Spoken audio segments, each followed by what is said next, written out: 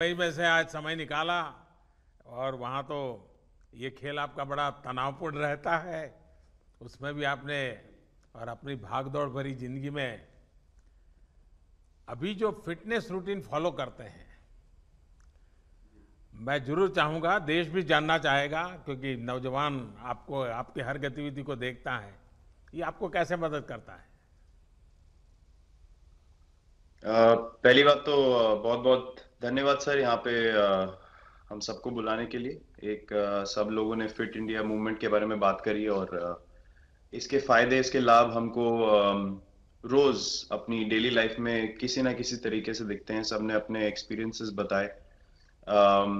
मिलिंद जी ने भी बहुत अच्छी बातें रखी, बहुत इंस्पिरेशनल उनका भी काम रहा है, उनकी जर्नी रही है पिछले कुछ सालों में। मैंने भी बहुत ऑब्जर्व किया है।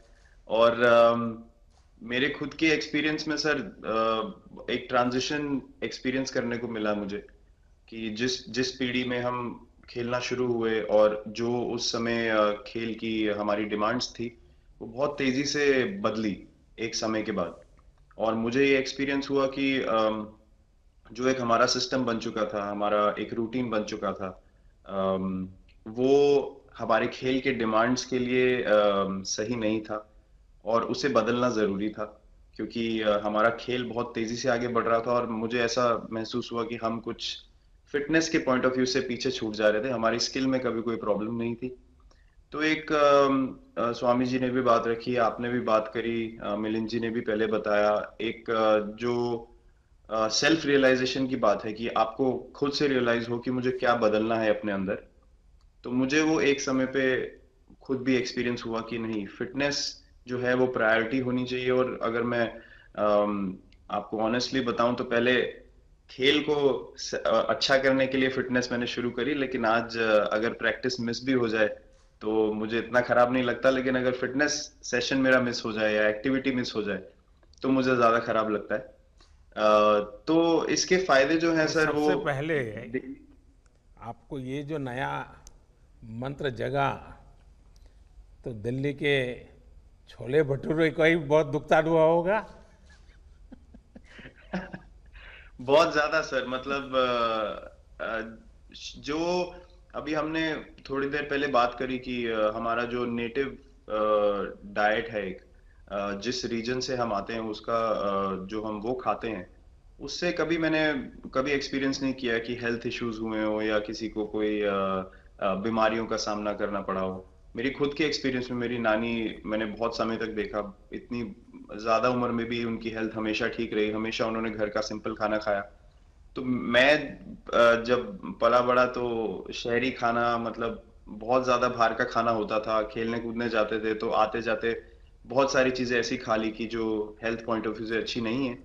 तो डाइट का भी एक बहुत बड़ा कंट्रीब्यूशन था, जो डिसिप्लिन नहीं था। तो वो फिटनेस, फिजिकल फिटनेस और डाइट दोनों चेंज करना पड़ा सर। उसकी वजह से ही चेंजेस आने शुरू हुए। और मैं इस चीज से इसलिए रिलेट कर पाता हूँ क्योंकि जैसे हमारे खेल में चेंजेस आए, आज की लाइफ की भी डिमांड्स बहुत ज्यादा हो गई हैं, बहुत हेक्टिक हो गई है लाइफ। तो अगर हम अपनी फिटनेस को उस पेस के साथ नहीं रखेंगे, सिंक में नहीं रखेंगे, तो हम पीछे छूटते चले जाएंगे। तो अगर हम लोग अपनी फिटनेस को नहीं इंप्रूव करते तो हमारे खेल में भी आज हम बहुत पीछे छूटते चले जाते।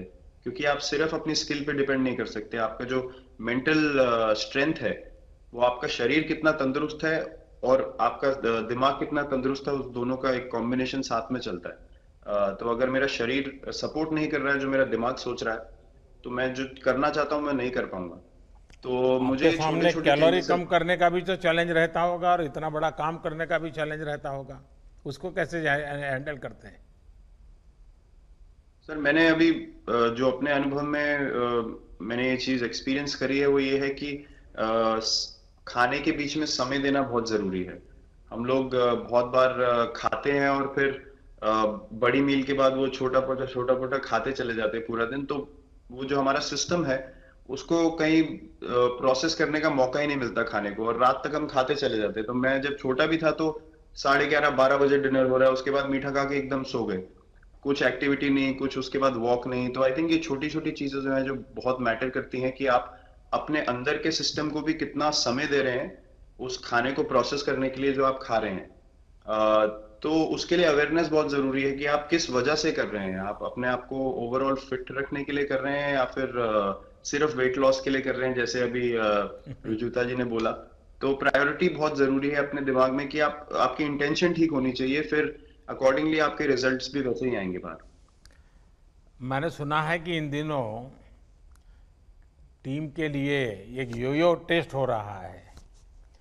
क्या ये कैप्टन को भी ये योयो टेस्ट करवाना पड़ता है कि आपको छुट्टी होती है? और योयो टेस्ट होता क्या है, क्या क्या क्या करना पड़ता है? सर टेस्ट ये बहुत जरूरी था फिटनेस पॉइंट ऑफ व्यू से। अगर आप ग्लोबल फिटनेस लेवल्स की बात करें तो बाकी टीमों से हमारा लेवल अभी भी कम है, और हम चाहते हैं कि वो लेवल हम ऊपर लेके जाएं, जो एक बेसिक रिक्वायरमेंट है। आज की डेट में हम लोग फोकस करते हैं कि जैसे T20 मैच हो गया या वनडे मैच हो गया, वो एक दिन में खत्म हो जाता है। लेकिन अगर हम टेस्ट मैच की बात करें जो 5 दिन आपको खेलना है, हर शाम को आपको वापस जाना है, अगले दिन फ्रेश आना है, तो उस पॉइंट ऑफ व्यू से ये फिटनेस जो स्टैंडर्ड था वो बहुत जरूरी था। और मैं सबसे पहले मैं ही जाके भागता हूँ, और ये कंडीशन है कि अगर मैं भी फेल हो जाऊंगा तो सिलेक्शन के लिए मैं भी अवेलेबल नहीं हूँ।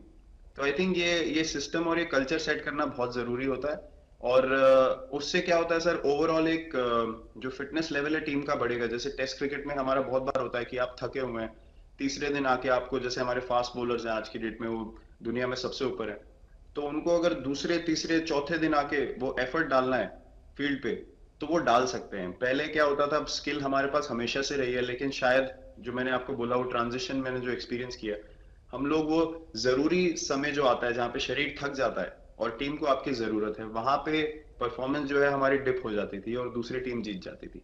आज की डेट में हमारी फिटनेस की वजह से हम वो जरूरी समय में उस चीज को कैपिटलाइज कर पा रहे हैं और हमारे रिजल्ट्स उसी तरीके से आ रहे हैं। तो एक एक sir benchmark I think elite sports में होना जरूरी है, उससे एक फिटनेस विराट कल्चर जी, बना। मैं देख रहा हूँ कि आपका टाइम मैनेजमेंट तो है ही है, लेकिन फिर भी आपकी एक्टिविटी इतनी नज़र आती है ना, मैं भी कभी कभी फॉलो करता हूँ। कभी थकान नहीं लगती क्या आपको? सर थकान अगर मैं ऑनेस्टली आपको बोलूं, थकान हर किसी को होती है। अगर आप फिजिकल एफर्ट करेंगे तो थकान होगी, लेकिन अगर आपका लाइफस्टाइल अच्छा है, अगर आप खा अच्छा रहे हैं, अगर आप फिटनेस रेगुलरली कर रहे हैं, आपकी रिकवरी अच्छी है, तो आपकी स्लीप अच्छी है, स्लीप पैटर्न्स अच्छे हैं, तो आपकी रिकवरी तेज होगी। तो अगर मैं थक रहा हूं और 1 मिनट में मैं दोबारा रेडी हो जा रहा हूं, तो वो मेरा प्लस पॉइंट है। तो आई थिंक वो मैंने एक चीज एक्सपीरियंस करी जो बहुत जरूरी हो जाती है। आपका ओवरऑल लाइफस्टाइल कैसा है उसके ऊपर बहुत डिपेंड करता है। विराट जी, बहुत अच्छा लगा मुझे। और मैं आपको, अनुष्का जी को और आपके दोनों के परिवार को निकट भविष्य की शुभ घड़ी के लिए बहुत बहुत शुभकामनाएं देता हूं। धन्यवाद sir, thank you so much.